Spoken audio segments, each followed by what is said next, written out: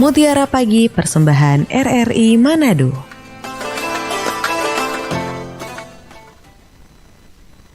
Assalamualaikum warahmatullahi wabarakatuh.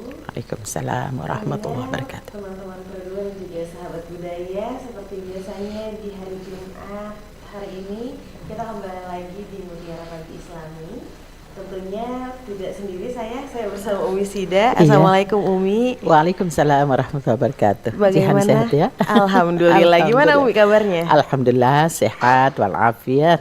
Alhamdulillah. Alhamdulillahnya Umi bisa bergabung di sini juga untuk sedikit banyak menjawab pertanyaan-pertanyaan. Iya. Dan juga karena banyak ya Umi ya kemarin. Banyak. Ada pertanyaan yang dititipkan yang Jumat kemarin. Umi pengen bacakan hari ini, ternyata orangnya udah Umi nanti kami yang masuk sendiri. Oh boleh. Oke, nanti karena sekarang dengan topik baru lagi Umi ya, tapi Iya. tetap berkaitan Iya, sama yang masih tetap, sebelumnya. iya. Jadi pendengar, topik kita pada hari ini adalah peran pasangan dalam rumah tangga. Betul. Masya Allah, karena ini kalau misalnya kita lihat topiknya nggak hanya untuk yang sudah berkeluarga aja, tapi yang akan membangun rumah tangga, membangun keluarga gitu ya, bisa didengarkan juga. Tapi sebelum masuk pertanyaan, kita akan bertanya-tanya pada Umi. Kita akan mendengarkan tausiah dari Umi Sida dulu. Dipersilakan Umi. Baik, terima kasih Jihan. Bismillahirrahmanirrahim. Assalamualaikum warahmatullahi wabarakatuh. Innal hamdalillah wassalatu wassalamu ala Rasulillah Sayyidina Muhammadin wa ala alihi wa ashabihi ajma'in. Amma ba'd. Kita panjatkan puja dan puji syukur kehadirat Allah Subhanahu wa taala karena Allah masih memberikan nikmat sehat, nikmat umur, nikmat kesempatan, dan masih banyak lagi nikmat Allah yang tidak mampu kita hitung ya satu persatu. Dan alhamdulillah masih tetap Mutiara Pagi ya, Jumat pagi masih tetap kita berkomunikasi kalaupun hanya via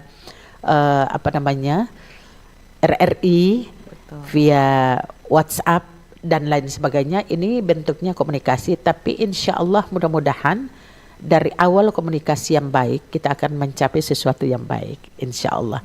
Nah, hari ini Jihan, tiada terasa kita sudah sampai pada tanggal 5 Juni.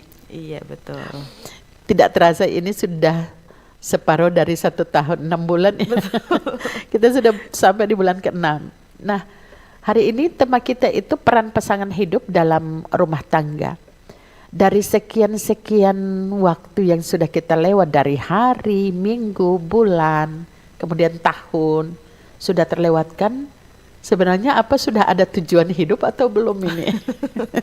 Atau jangan-jangan hanya ingin melaksanakan, hanya mengikuti berakhirnya malam, kemudian muncul lagi pagi, tiba-tiba malam lagi. Dan kita tidak punya satu tujuan yang pasti. Nah, maka kita dari sekian yang ada, kita ini hadir di tengah-tengah masyarakat, berawal dari pribadi dulu ya, individu. Individu. Dari individu, kemudian keluarga, lalu kemudian lingkungan di mana kita beraktivitas, dan lalu kemudian di mana kita beraktivitas lebih luas lagi. Contoh ini salah satunya ya, kita berkomunikasi dengan umum, kalaupun kita ada di sini ya, Jian ya. Dan yang menentukan itu apakah peran serta kita di lingkungan di luar sana itu bisa memberikan ketenangan buat orang, ataukah jangan-jangan kedatangan kita ini membuat resah dan gelisah oleh orang lain. Ya. Jadi kalau masih jauh ke sana, kita tarik kembali lagi bahwa apa sih peran pasangan hidup dalam rumah tangga kita itu? Di dalam rumah tangga itu ada yang namanya ego dan emosi. Betul. Ego dan emosi dibalanskan, diseimbangkan dengan kesabaran. Kita butuh ego, kita butuh emosi, tapi harus tahu menempatkannya di mana. Nah, perjalanan kehidupan keluarga itu tidak semata-mata yang kita bayangkan adalah yang bahagianya saja. Tidak kita bercita-cita yang senang-senang saja, yang sedap-sedap saja. Pokoknya yang wah-wah saja, tidak boleh. Berarti kita tidak ada faktor ikhtiar di dalam diri kita.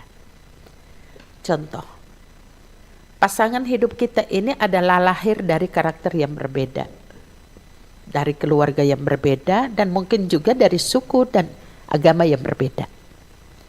Ini tidak boleh ditolak dong. Tidak boleh ditolak. Harus diterima. Harus diterima. Tapi untuk mencapai kebahagiaan ke sana, kita harus punya anak tangga.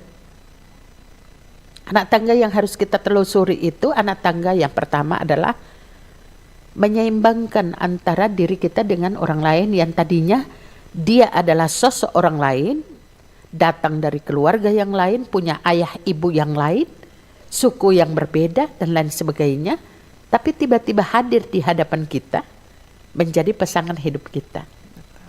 Nah, rumah tangga, rumah yang ada tangganya, ya, pemahaman yang lebih luas, keluarga. Tapi dari awal keluarga ini menyatukan dua insan tadi, semakin besar keluarganya. Betul. Nah, kalau tidak ada pemahaman tentang bagaimana menyeimbangkan antara emosi, tentang ego dengan kesabaran, maka ini agak sulit. Betul. Tujuan berumah tangga itu tidak akan tercapai. Ada balance dari, misal ya, suami taat beribadah, istri masih ibadahnya masih katakanlah masih kurang. Kalau bahasa komunikasi yang kasar itu masih Senin Kamis gitu ya.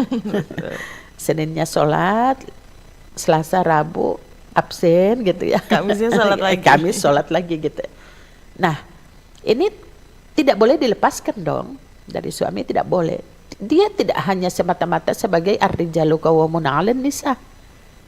Dia tidak hanya sebagai laki-laki pemimpin bagi seorang perempuan, tidak. Tapi ini adalah persoalan pasangan hidupnya yang harus digandengkan tangannya untuk sama-sama menuju kepada kebaikan. Ini adalah pasangan hidupnya yang mungkin dalam 24 jam terpakai 8 jam, 10 jam, 12 jam hidup bersama. Nah, apa yang dibicarakan? Tujuannya kemana? Mampukah dalam 1 jam, 2 jam, atau 12 jam itu bersama? Apakah sudah mampu menyeimbangkan antara suami dengan istri atau antara istri dengan suami? Atau jangan-jangan 12 jam itu hanya berlalu begitu saja. Happy di luar, masuk ke dalam berantem, kan ini tidak bagus. Berarti pasangan hidupnya tidak memahami tentang pasangan yang lainnya. Nah, ada hal yang nanti akan muncul kecil di dalam keluarga kita. Kadang itu orang yang terdekat. Ya, orang yang terdekat. Jadi orang yang terdekat ini dalam bahasa komunikasi adalah boleh ayah, ibu, kakak, adik, ya, saudara sepupu, itu orang yang terdekat. Kemudian kalau sudah dari istri, mertua, ya kan, mertua 2 dong, ayah, ibunya, lalu kemudian saudaranya yang disebut dengan ipar, dan seterusnya.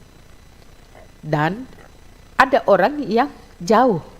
Orang yang jauh ini yang mana? Yang jauh ini boleh jadi sahabat istrinya, boleh jadi sahabat suaminya. Nah, kalau tidak disiapkan sejak awal, Jihan, maka ini akan ada sesuatu yang menjadi menggejolak di dalam pasangan hidup masing-masing ini. Saya ada dengar ini, saya ada dengar ini, saya ada dengar. Katanya, ini bahaya. Dengar dari si A, menyampaikan kepada si B, muncul, oh ternyata istri kamu itu si Ratih, contoh ya. Maaf ya Ratih ya. Kebetulan yang muncul di pemikiran nama samaran. Ya. Nama samaran. Oh ternyata istrimu yang itu, oh dia itu dulu begini, oh mulailah cerita. Nah, pasangan hidup kita tidak menyeimbangkan antara kesabaran dengan emosi dan ego tadi. Tanpa ada pemikiran cerdas, tanpa berpikir positif, waktu yang ada itu dimanfaatkan dalam situasi emosi, dalam situasi ego, masuk. Tidak lagi bertanya, bahkan tidak lagi memberi salam ke rumah. Kalau istrinya ibu rumah tangga. Nah, inilah peran pasangan hidup dalam rumah tangga. Ada 2 poin tadi. Di antara emosi dan ego harus ada keseimbangan, yaitu yang disebut dengan sabar. Harus dengan sabar. Yang kedua, keseimbangan yang kedua adalah pengertian. Nah, dari sabar dan pengertian, insya Allah hakul yakin, ego dengan emosi ini akan dipedamkan. Jadi Umi sering sampaikan begini. Kalau geram, berujung pasti akan dengan kemarahan. Betul. Dan totalitas ujungnya itu pasti penyesalan. Tapi kalau kita kurang garam, itu juga tidak enak. Betul. Di saat kita makan hamber gitu kan, hamber. Nah, mungkin ini pengantarnya, nanti kita komunikasikan lebih jauh lagi sehingga kita memberikan kesempatan. Ini banyak yang pengen komunikasi ya lewat WA juga boleh, nanti Jihan sampaikan sehingga pengantar bagaimana kita memahami tentang peran pasangan hidup dalam rumah tangga kita itu apa sih yang kita butuhkan. Nah, nanti kita jelaskan lebih jauh. Ini openingnya dulu. Terima kasih. Oke, pendengar kalau ingin bertanya boleh sekali ya di line telepon, SMS atau WhatsApp di 082195835080 atau di YouTube channel kita lagi live streaming juga di RRI Manado. Langsung saja di kolom komentarnya. Tapi sebelum itu Umi, tadi kan Umi bilang kita itu dari 2 orang yang berbeda gitu ya, dijadikan satu. Sedangkan komunikasinya pasti berbeda nih Umi. Komunikasi yang bagus bagaimana? Karena kan ada yang gampang tersulut emosi, Betul ada sekali. yang tidak mau pas berantem tuh nggak mau ngobrol gitu kan. Ada yang langsung harus diselesaikan. Betul Komunikasi yang baik menurut Islam tuh seperti apa sih Nah, Umi? iya. Jadi komunikasi yang baik itu adalah komunikasi 2 arah. Kalau sudah ada komunikasi 2 arah, berarti apa yang dia dengar itu harus ditepis dulu. Boleh dia terima, tapi jangan langsung manfaatkan, mendabrak istri atau suaminya. Ini saya dengar dari dia ini. Nah, itu sudah bukan lagi 2 arah, itu sudah banyak arah. Nah, itu yang pertama. Yang kedua, apa yang harus kita lakukan ketika ini terjadi, ya kan? Ketika ini terjadi, dari masing-masing diri kita, yang tadi Jihan sampaikan bahwa kita hadir dengan 2 karakter yang berbeda. Secara perlahan kita harus memahami itu. Pernah Umi sampaikan bahwa di saat-saat masih pencarian calon suami atau calon istri, yang ditampilkan di saat masih sementara bergaul dalam arti untuk mencari karakter masing-masing, mencocokkan, itu dari 60% itu ada 10% yang bohong gitu kan, yang palsu gitu.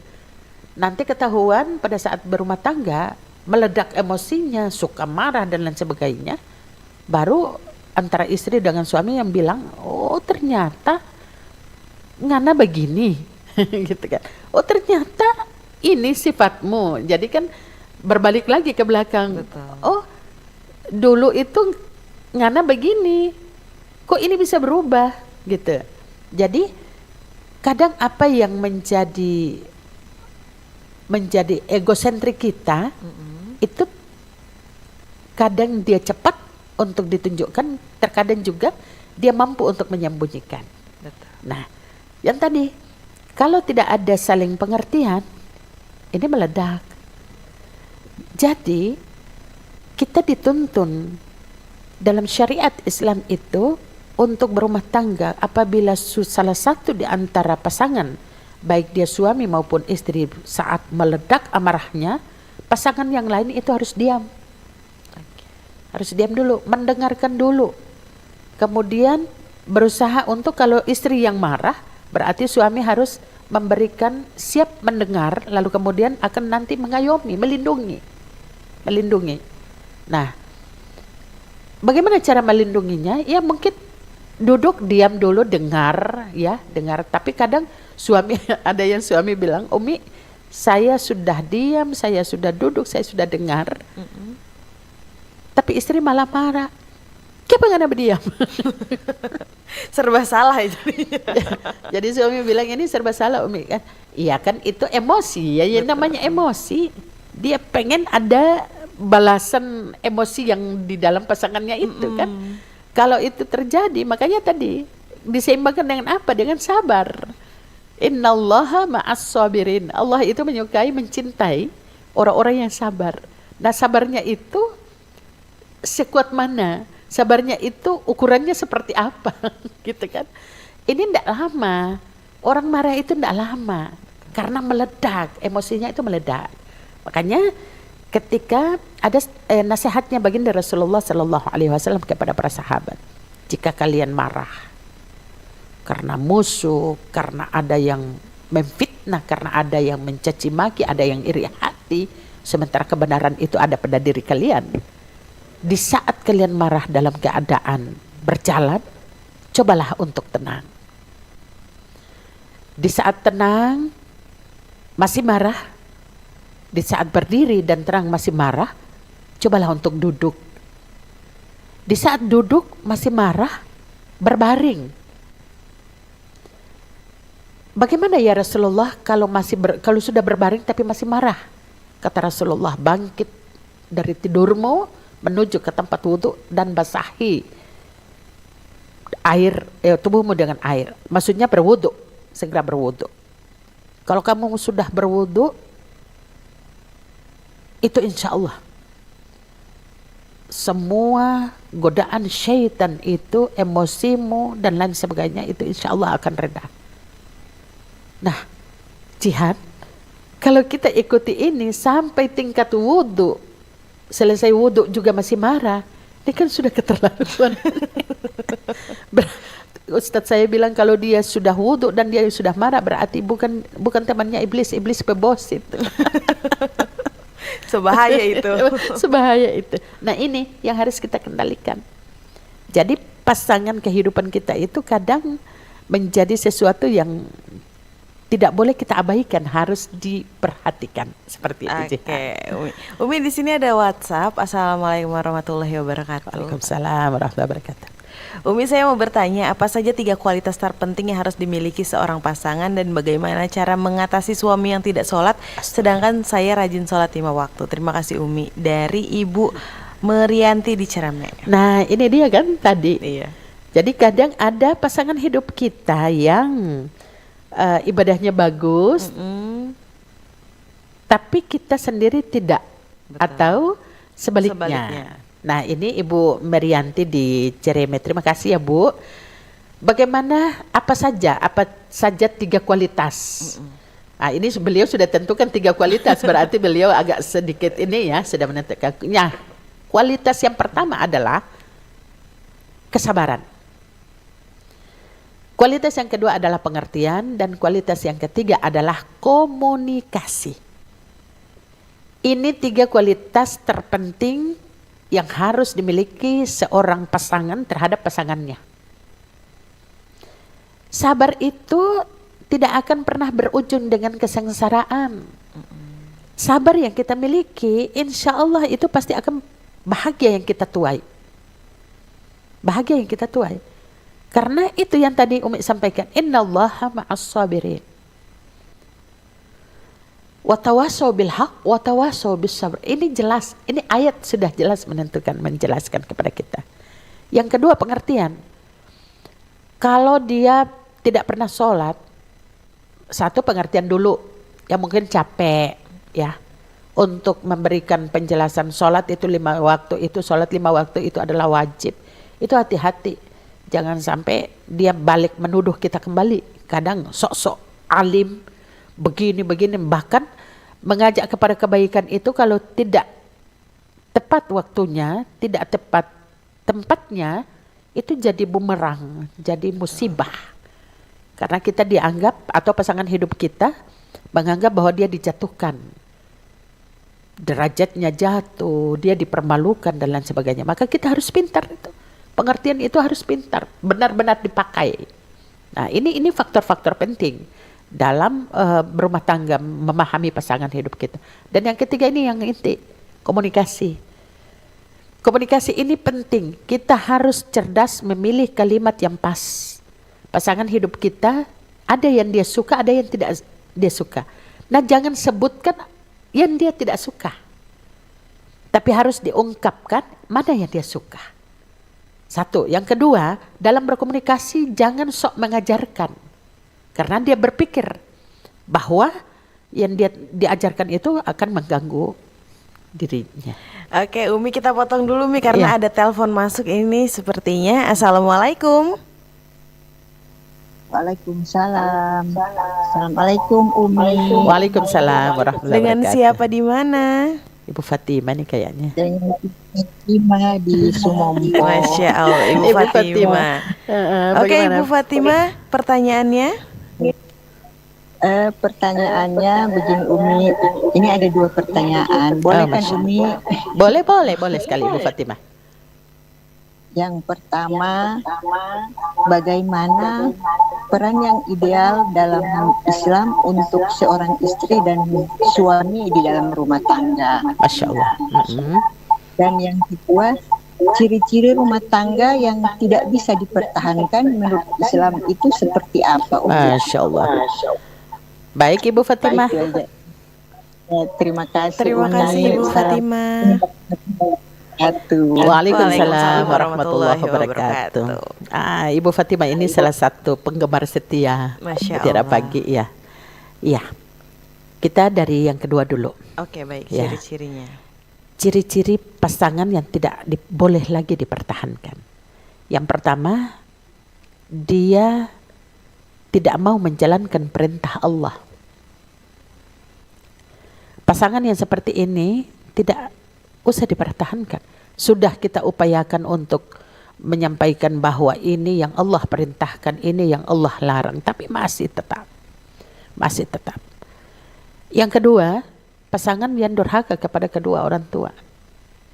Baik orang tuanya maupun orang tua kita. Nanti akan ada caci maki, nanti akan ada yang segala macam itu. Macam-macam yang dia bikin. Mana yang diperintahkan oleh Allah dia jauhi. Dan mana yang Allah larang, justru itu yang dilakukan. Yang ketiga, yang membanding-bandingkan pendapatan dia dan pendapatan kita. Seakan-akan dia keberatan. Yang keempat, banyak ciri, tapi ada yang penting-penting saja yang Umi sampaikan. Yang keempat, yang bermain tangan atau KDRT. Tidak hanya satu kali, berulang-ulang kali. Sudah dimaafkan, masih melakukan. Sudah dimaafkan, masih melakukan. Sampai pada akhirnya badannya itu luar biasa. Penuh dengan pukulan dan lain sebagainya. Nah, yang kelima ini yang lebih dahsyat. Mencoba untuk menghilangkan nyawa atau dengan cara pembunuhan. Ini kalau diamankan, dimaafkan, iya. Memaafkan, iya. Tapi memaafkan itu sangat berat. Banyak orang yang memaafkan, tapi dia tersakiti. Artinya membekas. Setiap ketemu, pasti membekas. Luka lama itu pasti akan teringat. Nah, bagaimana kalau dia mempertahankan? Setiap ketemu pasti. Ini yang ditakutkan apa? Imbasnya kepada anak-anak. Siapa lagi korban berikut? Ya mungkin istrinya bertahan, tapi anaknya mungkin tidak. Nah, seperti itu di antara sekian banyak poin, Ibu Fatimah. Kita hold dulu, Umi. Iya. Sepertinya ada telepon masuk lagi. Iya. Assalamualaikum. Oke, sepertinya terputus. Maaf ya. Berarti kita lanjut ke yang pertanyaan pertama pertama itu tadi tentang peran suami istri yang ideal di dalam Betul. Islam. Peran suami istri yang ideal di dalam Islam. Yang pertama, dia mampu mengajarkan sebagai seorang imam laki-laki, mampu mengajarkan yang terbaik kepada istrinya. Idealnya ini bukan mencari dia, maaf dalam tanda petik, semata-mata ustadz, kiai dan lain sebagainya. Tapi justru ustadz, kiai, guru agama, mubalik, itu adalah tempat kita untuk berkomunikasi tentang masalah-masalah kita. Nah, kalau mau cari ideal, ya pasti kesempurnaan itu sulit. Tidak akan tercapai sampai 100%. Tapi kata ideal itu adalah bagaimana saling membutuhkan antara satu dengan yang lain. Mencukupi satu dengan yang lain. Jadi, mungkin beberapa waktu yang lalu kita sudah sampaikan, Umi sudah sampaikan bahwa untuk merubah pasangan hidup kita itu tidak mungkin. Karena dia sudah dari awal sudah tertanam karakternya dari keluarga yang berbeda. Tapi menyamakan persepsi, ada jalan keluarnya. Yaitu yang tadi saling pengertian. Saling pengertian. Jadi salah satu asbab saja, salah satu ciri, kalau suami yang berbicara, istri diam dulu, atau sebaliknya, istri yang berbicara, pasangan hidup harus siap mendengarkan dulu. Baru kemudian dengan jernih, kepala yang jernih, pikiran yang bagus, duduk untuk merenung sesaat, mencari jalan keluar yang terbaik. Yang berikut, kalau ada permasalahan, itu harus dibicarakan dengan baik. Jangan kebanyakan aib itu dibicarakan keluar, itu tidak akan pernah ada solusi. Kenapa? Karena orang luar. Harus di dalam. Yang muncul kan di dalam, yang menyelesaikan itu kan di dalam. Jadi ideal, mau cari ideal, itu bersedia menerima apa ada. Tidak sebaliknya, ada apa gitu. Nah, itu sebuah perjalanan menuju kepada pasangan yang ideal. Ada keseimbangan, harus ada keseimbangan, Jihan. Yang kita punya karakter tidak sama dengan suami. Atau sebaliknya, selera makan saja mungkin berbeda. Betul. Ada suami, contoh ya, di Umi punya keluarga. Kalau makanan yang siang terulang sampai malam, itu tidak totalitas. Misal sambal itu tidak boleh dari pagi itu sampai ke malam. Satu, pasti sudah berubah rasa. Yang kedua, ya selera pagi dengan malam pasti berbeda. Nah kalau ini diperhatikan, ya adem. Idealnya kemana? Idealnya yang itu, pengertian pasangan kehidupan kita. Jadi tidak selamanya yang disebutkan dengan ideal itu berdiri sama tinggi, lalu kemudian berjalan dengan gaya yang sama, lalu kemudian menggandeng suami atau pasangan hidupnya, lalu kemudian dengan istrinya dengan tas yang bermerek, lalu kemudian suami dengan dasi yang tegak lurus. Boleh-boleh saja, tapi mohon maaf, jangan cuma bagus di luar, harus sampai ke dalam rumah. Yang berikut, Ibu Fatimah, Masya Allah, meminta atau menuntut segala sesuatu itu tidak berlebihan. Seorang istri pasti tahu berapa banyak atau berapa sebesar apa pendapatan suaminya. Kadang permintaan ini juga yang berlebihan berujung dengan perceraian. Banyak yang komunikasi dengan Umi. Misal maaf, profesi, istri yang bagus, suami yang masih dalam ya qadarullah seperti itu. Tapi alhamdulillah banyak yang komunikasi dengan Umi untuk menyampaikan apa? Coba kasih pengertian dulu. Sudah Umi, kalau begitu Bapak sabar. Malah sabarnya lebih besar dari gaji, dari pendapatan saya. Masya Allah. Dan banyak keluhan yang pada intinya derajat kepribadiannya itu dijatuhkan oleh pasangan hidupnya. Nah ini kan agak sedikit miris ya. Yang ditakutkan itu adalah mempertahankan ego masing-masing, tapi yang menjadi korban adalah anak. Karena begini, kalau kita mau bawa ke tadi pasangan ideal, mempertahankan rumah tangga, seorang ayah hanya hal yang kecil, misal ketika anaknya ke sekolah, tali sepatunya ayahnya terburu-buru seperti apapun, dasi sudah dipasang, jas sudah dipasang, Tapi ketika melihat anaknya memasang sepatu, talinya masih terbuka, serentak hanya 1 menit saja si orang ayah duduk lalu kemudian mengikat tali sepatu. Ini adalah bekas yang sangat luar biasa buat anaknya. Padahal ini kecil. Dan menurut kita, itu kan tugasnya. Tapi mohon maaf, pengaruh kepada psikologi anaknya itu sangat tertanam. Lalu kemudian istrinya melihat, oh pasti dong, sangat bahagia. Artinya apa? Istri yang mengatakan bahwa subhanallah, suamiku ternyata masih perhatian kepada anakku. Seperti itu Jihan. Ibu Fatimah ya, terima kasih Semoga banyak. terjawab ya Ibu Fatimah ya. Insya Kita Allah. lanjut Umi, tadi sudah dari WhatsApp, sekarang dari YouTube nih. iya. Assalamualaikum warahmatullahi wabarakatuh Waalaikumsalam Umi. warahmatullahi wabarakatuh. Dari Tommy Andika. Bagaimana tips bila kita menjalin hubungan jarak jauh dengan suami atau istri dikarenakan tugas sebagai abdi negara? Terima Iya. kasih. Komunikasi yang baik seperti apa nih Umi? Betul.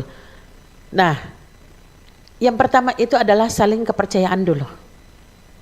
Ini handphone bisa membahagiakan kita dan bisa menghancurkan kita. Saling menaruh kepercayaan. Yang kedua, berbaik sangka kepada pasangan hidup, pasangan kita. Baik istri yang jauh ataupun suami yang jauh. Berbaik sangka. Yang ketiga, komunikasi. Kalau keraguan itu lebih besar daripada keyakinan, maka itu adalah tanda-tanda retaknya rumah tangga. Artinya istri atau pasangannya sendiri tidak percaya, bagaimana orang lain mau percaya dia. Nah, ya seperti itu. Nah, kalau karena tugas, kalau misalnya itu membutuhkan ya tiket pesawat, memang 1 bulan 1 kali kan nggak bisa ya Jan ya. Apalagi sekarang ini pada naik gitu kan. Itu harus membangun komunikasi yang baik. Ini insya Allah 3 bulan ya nanti kita ketemuan. Jadi sebelum dia berangkat itu kan pasti sudah ada perjanjian ya. Ada komunikasi yang disebutkan dengan perjanjian. Nanti insya Allah rezeki kita baik. Misalnya suaminya yang berangkat nih, tugasnya jauh Jihan. Nah nanti ketika saya berangkat nanti insya Allah rezeki terkumpul, 3 bulan sekali saya datang. Atau mungkin 6 bulan sekali saya akan datang, saya cuti. Tapi saya harap supaya komunikasi kita ada selalu. Itu yang pertama. Yang kedua, mengingatkan setiap waktu-waktu sholat. Tanggung jawab seorang suami, kalaupun dia jauh, tidak pernah lupa. 2 menit sebelum atau 4 menit sebelum atau taruhlah 5 menit sebelum waktu sholat, suami sudah mengingatkan, Assalamualaikum Ma, panggilan ya, Ma, Mami, Bunda, apa segala macam itu, jangan lupa sholatnya. Itu awal komunikasi yang baik. Artinya sejauh apapun dia tetap masih mengingatkan kita tentang sholat. Itu kalau yang baper itu pasti nangis gitu ya. Iya ya gitu kan. Iya ya, terima kasih ya. Andai kata, langsung kata-kata puitisasi itu keluar. Andai kata ayah di sini, ayah sudah berdiri sebagai imam gitu kan. Atau sebaliknya gitu. Andai kata mama ada di sini, berarti mami yang menjadi makmum buat ayah. Tapi insya Allah, apa salahnya dilewati gitu. Atau angkat telepon sejenak. Atau ini sekarang kan udah gampang video call gitu kan. Iya mau sholat nih, mau sholat ya gitu. Lagi makan, lagi apa, jujur, harus jujur. Kejujuran itu utama. Kalau sudah tidak ada lagi kepercayaan kepada pasangan hidup kita, sekali lagi Jihan, ini adalah tanda-tanda retaknya rumah tangga. Retaknya rumah tangga, Masya Allah. Jadi untuk Tommy tadi ya, Iya, betul. insya Allah mudah-mudahan, hakul yakin, yang Allah berikan itulah yang terbaik. Dan setiap doamu ketika engkau jauh, tetap minta kepada Allah untuk pasangan hidupmu menjadi tanggung jawabmu, dan minta kepada Allah agar engkau tetap menjadi suami yang baik untuk istrimu. Tentunya ada doa untuk anak. Rabbana hablana min azwajina wa dzurriyyatina qurrata a'yun waj'alna lil muttaqina imama. Itu jangan lupa kamu baca untuk anak-anakmu yang ditinggal karena mereka butuh sosok seorang ayah tapi ayahnya masih jauh untuk mencari nafkah masa depan mereka. Mudah-mudahan ya bermanfaat Pak Tommy, terima kasih banyak. Terima kasih, semoga menjawab pertanyaan dari Pak Tommy sendiri. Iya. Umi, ada pertanyaan dari Jihan nih Umi ya. Banyak case komunikasi yang akhirnya berantakan gitu ya, gara-gara salah mengartikan bagaimana peran suami dan istri. Case-nya seperti ini misalnya. Oh iya, saya kan cari nafkah misalnya suami. Iya. Lalu kamu ini di rumah nyuci, nyapu, ngurus anak dan lain-lain, itu udah Iya. kewajibanmu, atau sebaliknya malah gitu ya. Itu tuh Betul. sebenarnya peran-peran atau job desk suami dan juga istri apakah sudah pakem gitu Umi? Di dalam Iya, Islam? ini yang menjadi penyebab keretakan rumah tangga itu, bahkan berujung sampai kepada perceraian. Kenapa? Karena menyebutkan masing-masing punya egosentriknya itu dinampakkan. Saya sudah ini, saya sudah ini, saya sudah ini. Lah kamu cuman ibu rumah tangga, atau sebaliknya. Saya di rumah, saya nyuci, saya masak, saya siapkan segala macam dan lain sebagainya. Masya Allah. Ayolah kita ibda minafsik. Kita memulai dari diri kita. Yang pertama, ala bisa karena biasa. Kebiasaan itu kalau ditanamkan sebagai akar yang tumbuh, yang menghasilkan pohon yang kuat, daun yang rindang, buah yang manis, itu subhanallah. Apapun yang terjadi, diam, lalu kemudian jalani dan menikmati kebahagiaannya. Yang kedua, jangan menghitung peran. Istri tidak serta-merta untuk nyuci, masak, dan lain sebagainya. Ya kan? Atau sebaliknya. Suami jangan menghitung peran, sudah mencari nafkah dengan susah payah dan lain sebagainya. Tolonglah, kalau ada pasangan hidup kita yang mencoba menghitung satu persatu seperti ini, duduk tenang, lalu kemudian uraikan bahwa ini adalah kerjasama kita sangat dibutuhkan. Yang kita inginkan anak-anak kita tidak melihat sesuatu yang kurang dari pribadi kita berdua. Yang kita inginkan anak-anak kita tidak merekam setiap kalimat keluhan ataupun penyesalan baik dari ayah dan ibunya, karena bisa menghancurkan masa depannya.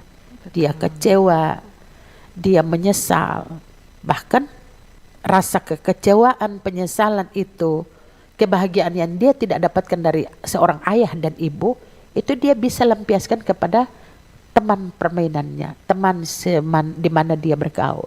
Ini bahaya, dan ini bukan hal yang baru, ini sering terjadi dan terjadi lagi.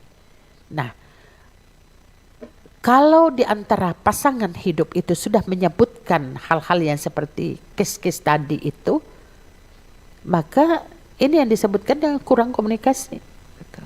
Ya, jadi intinya gini, Jihan, sampaikan apa yang menjadi pola pikirmu, bukan pola pikir orang lain. Satu. Yang kedua, kamu hidup bukan ada di pikiran orang lain. Kamu harus hidup dan berkembang dengan pikiranmu. Boleh kamu terima dari orang lain, tapi kalau itu untuk kebaikanmu, monggo silakan ambil.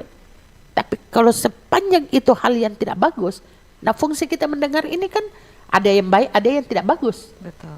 Nah jangan diambil yang tidak bagusnya, retak dan hancur hari esok. Yang berikutnya, Jihan, harus ingat, kita ini punya dimensi waktu hanya 3. Hari kemarin, hari ini, dan hari esok.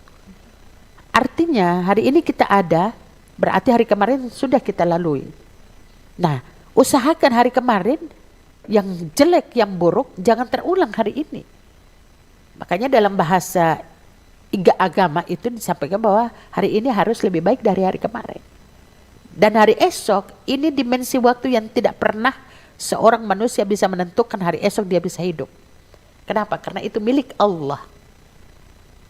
Apa yang harus kita lakukan? Bertawakal. Dan tentunya pasti doa. Karena bagian daripada hari ini yang kita hidup, hari ini yang kita masih beraktivitas, artinya separuh dari doa kita Allah kabulkan. Ya kan? Selalu kita sampaikan, insya Allah Jumat depan kita berjumpa lagi, Allah kabulkan gitu kan.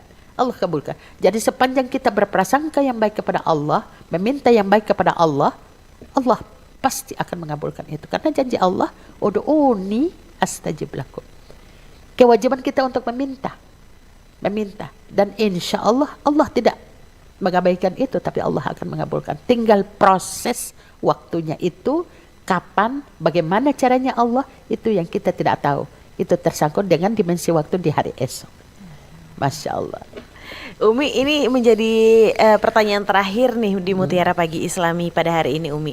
Ada nggak sih Umi sedikit yang ingin disampaikan untuk orang-orang yang baru menikah gitu ya, yang baru menjalin hubungan, atau bahkan yang sudah berkeluarga gitu ya, agar rumah tangganya selalu diridhoi Allah Subhanahu Wa Taala. Masya Allah. Jadi ini sekaligus closing statementnya untuk yang baru mau menapaki rumah tangga atau yang sudah berumah tangga, sedang melaksanakan rumah tangga, sedang berjalan bahkan hampir mengakhiri rumah tangga ya. Pasangan hidupnya yang sudah dipanggil kembali oleh Allah, sementara lagi single parents ya, sendiri mengasuh anak dan lain sebagainya. Umi ingin sampaikan, yang pertama itu semakin dekat dengan Allah. Jangan tinggalkan kewajiban kita kepada Allah. Perbaiki sholat kita. Kapan kita menjaga waktu sholat kita, memperbaiki sholat kita dekat dengan Allah, maka Allah akan memperbaiki kehidupan kita. Itu yang pertama. Yang kedua, jangan kikir berselawat kepada baginda Rasul Sallallahu Alaihi Wasallam. Pendek, singkat, sementara, ringan, tapi berat amal timbangan amalnya. Yang ketiga, jangan kikir mendoakan kedua orang tua. Oh, saya orang tua. Ada orang tuamu, kamu lahir dari orang tua. Jangan kikir mendoakan kedua orang tuamu. Dan jangan malas meminta ridho kedua orang tua, terutama untuk pemula rumah tangga ini. Minta ridho ibu, minta ridho bapakmu. Ridha Allah wa ridha walidayh, suhtullah wa suhtul walidayh. Jangan engkau sudah melangkah keluar dari rumah untuk membangun rumah tangga, lalu kemudian kebencian sudah mulai ada untuk meninggalkan ayah, ibu. Ini bahaya, sangat bahaya. Yang berikut, jangan melihat sesuatu yang kita benci menjadi kebencian untuk selamanya. Tapi mungkin yang kita benci satu ketika itu akan menjadi sesuatu yang berharga buat kita. Dan yang kelima, terakhir, harus berbaik sangka kepada Allah.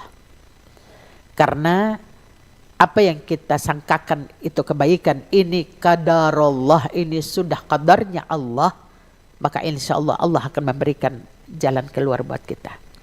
Sebagai semuanya pesan saya, setiap kita makan, setiap kita berbicara, mungkin satu ketika nanti ada di antara kita yang masih sempat menggigit lidahnya. Tiba-tiba makan gigit lidah. Artinya ini sebagai sebuah teguran bahwa ternyata lidah yang yang Allah sembunyikan di dalam pagar yang namanya gigi dan juga kunci yang namanya bibir sendirian di dalam, tapi di saat kita berucap di saat kita makan masih tetap menggigit lidah. Artinya yang kita gigit itu rasa sakit. Berbaik sangkalah dan berbaguslah untuk mengucapkan kata-kata, jangan sampai menyakiti orang lain. Mari di hari Jumat yang penuh mubarakah ini kita merubah kehidupan kita menjadi lebih baik, dan konsep hidup itu adalah mencoba untuk berkomunikasi dan tidak untuk menyakiti. Terima kasih. Masya Allah, terima kasih Umi. Makasih. Untuk Mutiara Pagi Islami pada hari ini sangat amat bermakna. Sekali lagi untuk kita semua gitu ya. Karena hari ini topiknya adalah peran pasangan hidup dalam rumah tangga. Dan sekian dulu untuk Mutiara Pagi Islami bersama Umi Sida. Sekali lagi terima kasih Umi. Iya, nanti kita ketemu lagi di Mutiara Pagi Islami di minggu depan, sehat insya dan panjang Allah. umur. Amin ya Allah. Dan teman-teman Pro 2, pendengar dan juga sahabat budaya, nantinya akan ada segmen-segmen selanjutnya. Jadi tetap dengarkan program 1, program 2 dan juga program 4 RRI Manado. Saya Jihan Umar pamit undur diri. Wassalamualaikum warahmatullahi wabarakatuh. Waalaikumsalam warahmatullahi wabarakatuh. Terima kasih Anda sudah mendengarkan Mutiara Pagi persembahan RRI Manado. Semoga bisa membawa manfaat dan berkat bagi